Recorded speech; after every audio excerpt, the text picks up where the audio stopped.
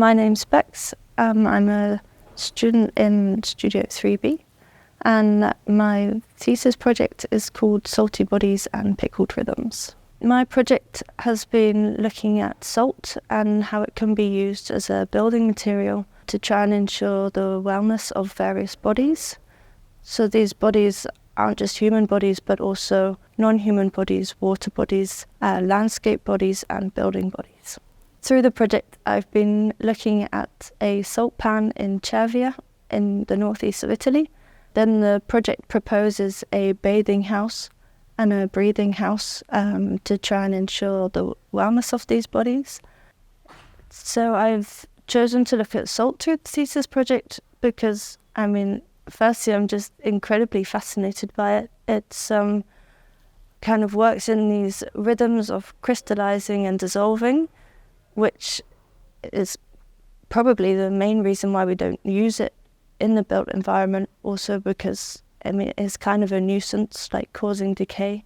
Because of these limitations, it's also very exciting to work with because of this idea of impermanence, and also the salt has other qualities like being antibacterial and fire resistant. It's also now a very cheap and abundant material, so it's there, and trying to find ways we can maybe use it and utilize it.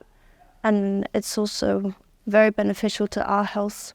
When we breathe in salty air, it's good for the respiratory system, and it's also very good for the skin. So yeah, I was just very fascinated by the salt and how we can utilize it rather than disregard it. So from this thesis project, I think that salt can have a place in the building industry. There's already examples of it being used. I think we can use it in the form of indoor cladding materials, and also in its liquid form as salty water.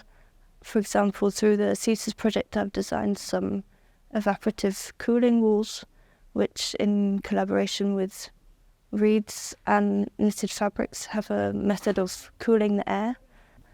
I think the project's important because we need to, as architects, readdress the way that we design and the materials we use. How we design, it's kind of moving away from just one building in a place, but rather looking at the landscapes and all the things that surround a site before we even start designing, and kind of taking in consideration of other beings and not just ourselves.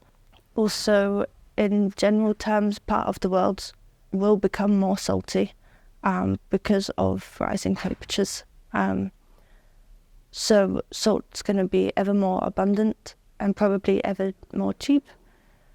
So I think it's important to start exploring maybe how we can use this material.